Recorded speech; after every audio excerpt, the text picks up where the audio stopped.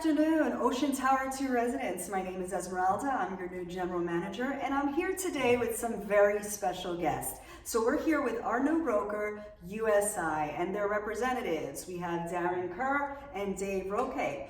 I asked them to come out today because I thought it'd be a great opportunity to talk about some of the importances of the HO6 policy. Now, the HO6 policy has nothing to do with the association, but has to do with you, the homeowner.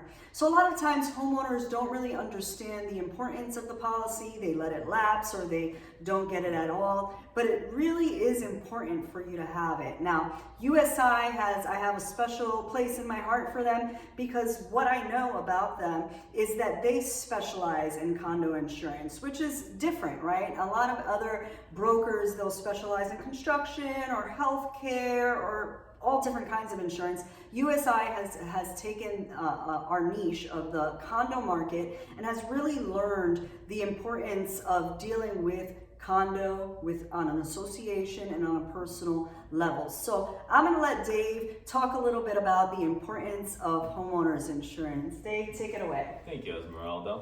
So we're going to first start off with the association's insurance policy and the property insurance and what is covered in the association's policy.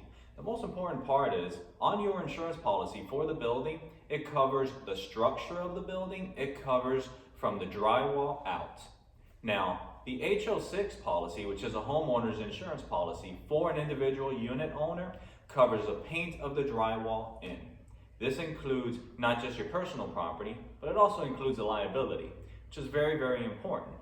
Now, there are various situations where negligence could be driven based on different losses, and if there's a loss that can occur, let's say within the pipe in your unit, and the water bursts and it damages a unit under you, next to you, the negligence could be attributed to the individual unit owner, and it may not be the association's responsibility. So it's very important that you have coverage to protect yourself in a situation where the unit owner is at fault.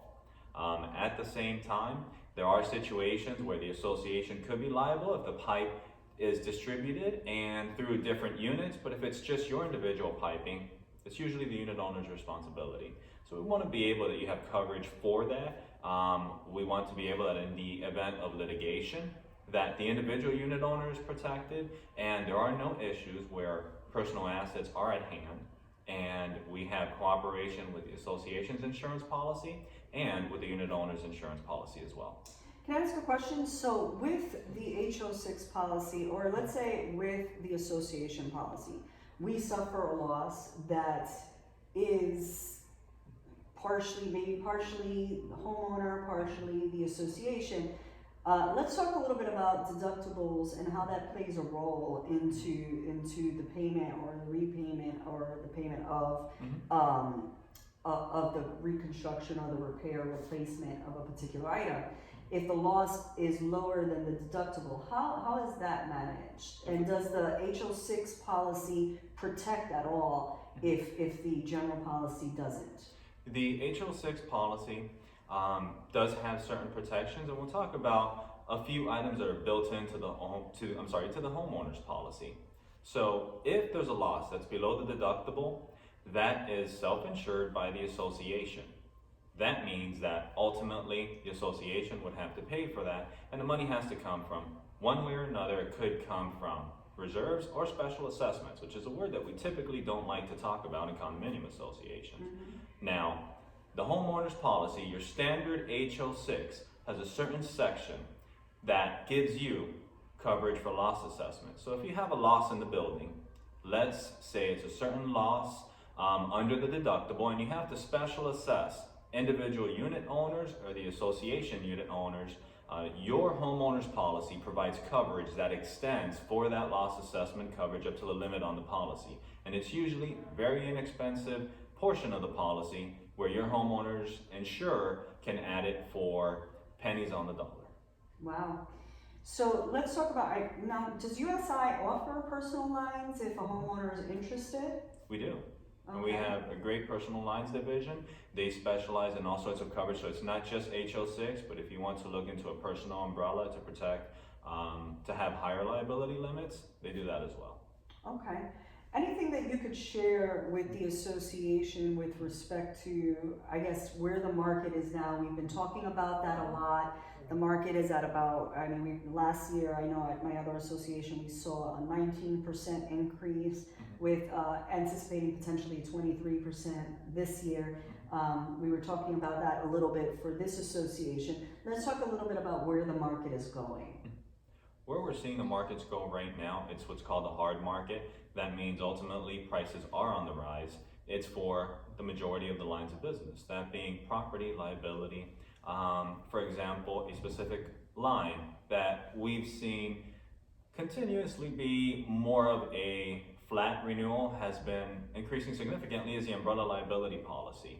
It has to do with a number of items, including the occurrences that happened in 2020 from COVID through the riots and so forth. A lot of insurers and reinsurers have pulled out of the marketplace, and the way the insurance market works, in a brief summary, is insurance companies utilize reinsurers in order for them to minimize their risk. If the cost of reinsurance rises, ultimately the cost of insurance is going to rise. So what we're seeing is a lot of different situations that are making the insurance market volatile. On average, increases range from 10 to 45%. The good thing is condominium associations are falling right in the lower middle of that number from 20 to 25%. And that's across all lines, property, general liability, depending on losses, directors and officers in crime as well, with the highest increases on the umbrella policy. Interesting. So this is something for us to be prepared for, budget-wise, and just in terms of understanding the trend and why we see the kinds of numbers that we see when we look at that insurance line item on our budget. Well, Darren and David, thank you so much for being a part. Is there any parting words that you want to say to the association? No. Well, I want to thank you all for watching the video. If you have any questions, Darren and I are available. We would love to share our contact information. So Esmeralda, feel free to give away our emails, our phone numbers, which lead directly to ourselves. Wonderful. So thank you so much for taking the time to listen. So let's talk about some housekeeping rules really quickly. On Wednesday, we had an open board meeting, and during that meeting, we had a new voter rep be appointed. Dr. Mintz actually resigned, and Mr. Rocker was put in his place as our voter rep here at OT2 for OCA. Also, we spoke a little bit about the idea of rule enforcement again. So I want to start preparing the homeowners here and the renters. We will be enforcing rules in the coming weeks. So if you have, for example, items stored in your garage space, now is the time, over the next couple of weeks, begin to clean that up, because we will be enforcing rules that are in place per your rules and regulations here at Ocean Tower 2.